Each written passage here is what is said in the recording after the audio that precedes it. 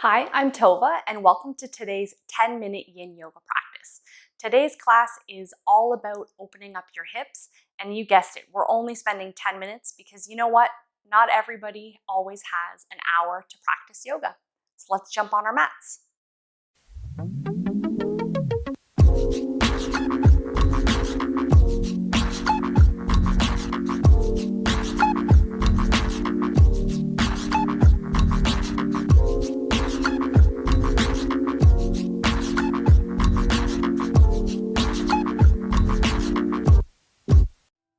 We're going to begin the practice lying on your back with a yoga block, or you could use a softer cushion tucked underneath the very bottom of your hips or back of your bum here. And we're going to start by drawing your right leg, right knee in towards your chest, and allow your left leg to just reach down towards the floor. So this should be a fairly gentle hip opening stretch across the left hip.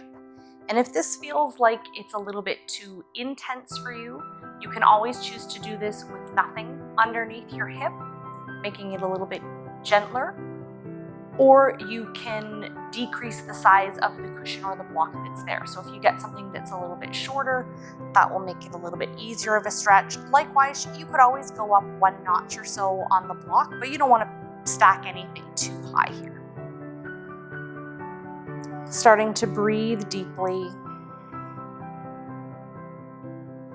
holding with one hand or with two,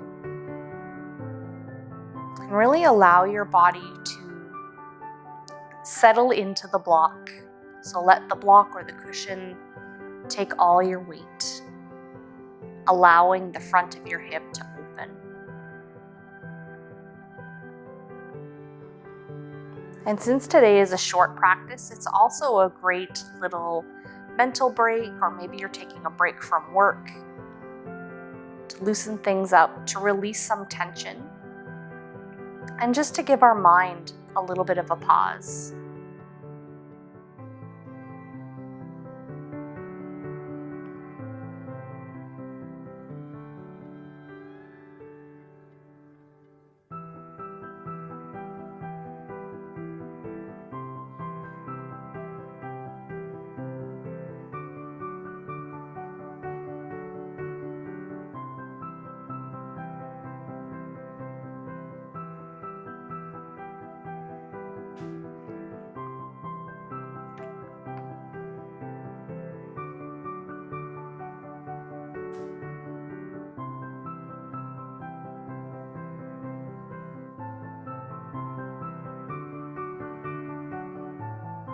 Good, and slowly taking your time, tucking both knees into your chest here, and then switching legs when you're ready.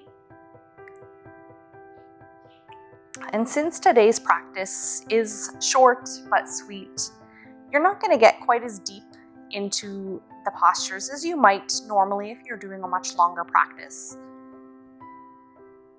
However, even though we're not holding the postures quite as long as we typically would in a yin practice, it's definitely just as long as most flow classes or longer.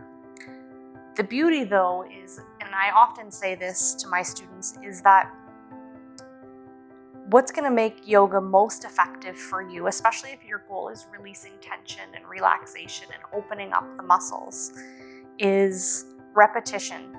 So while you're going to get a much deeper stretch if you tune into a 45-minute or an hour-long practice, if you're able to do 10 minutes multiple times throughout the week, that's going to make a huge difference because you're repeating those stretches. You're releasing tension repeatedly over time, as opposed to maybe you decide to tune into a regular length yoga class once a week where you attend a class in person. Not that there's anything wrong with doing yoga once a week or attending one long class, but the more that you can interject a little bit more yoga into your life a little bit more often, the better.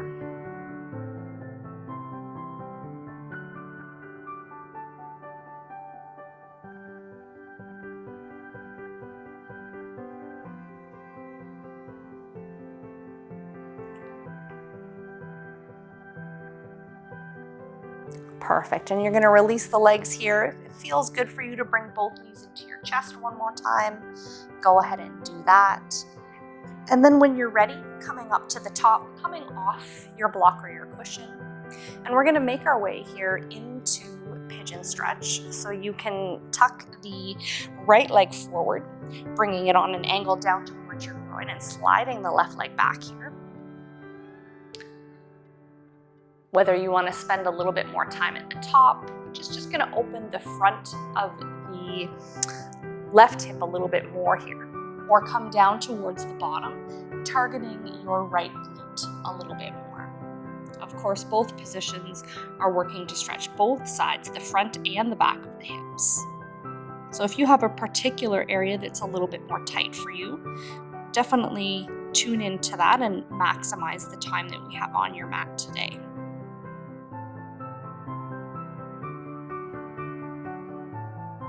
Remember, these stretches should always feel gentle or just mildly challenging, but they shouldn't feel extreme, or you shouldn't feel pain or discomfort here.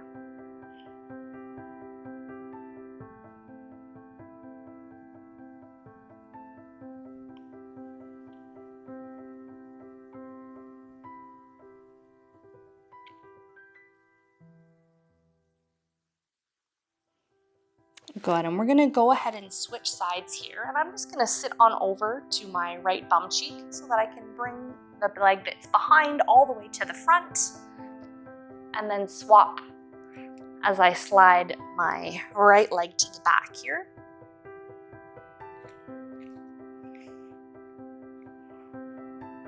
Coming into your favorite variation of pigeon today.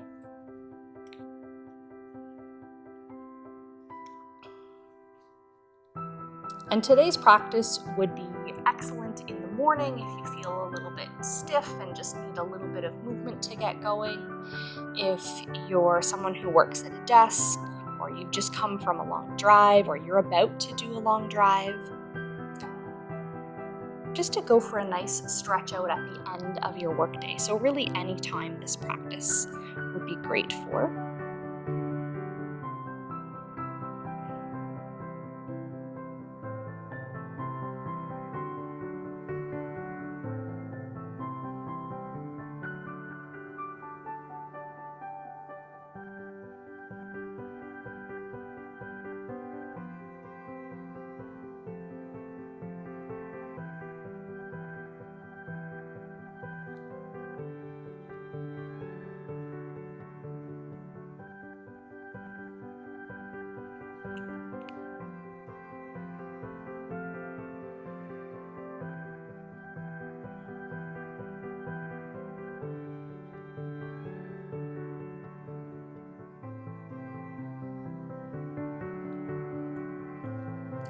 Perfect, and we're going to exit pigeon pose here. Again, just sliding over onto my left cheek, and I can bring my back leg forward. Finishing the practice with one more posture, happy baby pose. So as you lie back, reaching up, taking hold of your feet, your calves, the back of your thighs, let your knees come nice and wide here, as wide as you can get them. And then bending into the knees as you gently pull down through the feet, or wherever else is easy for you to drop here.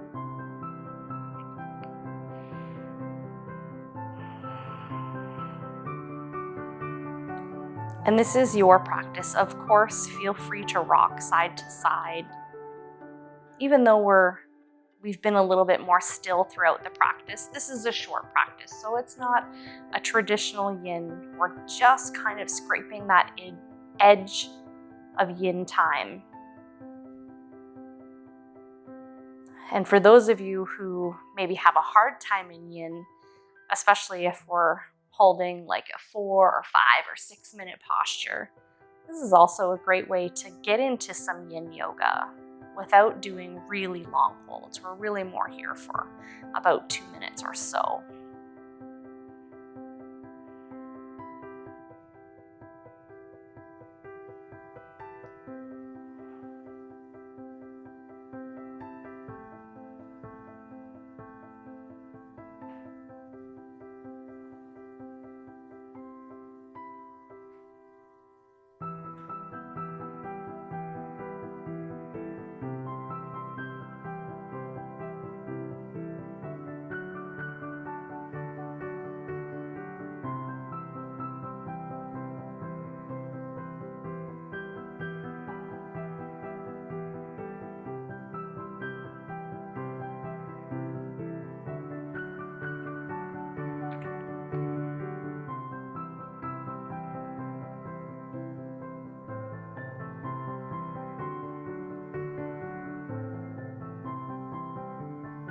Good, and slowly coming out of happy baby stretch. Maybe tuck your knees into your chest. Maybe take a big, long stretch out, full body stretch here.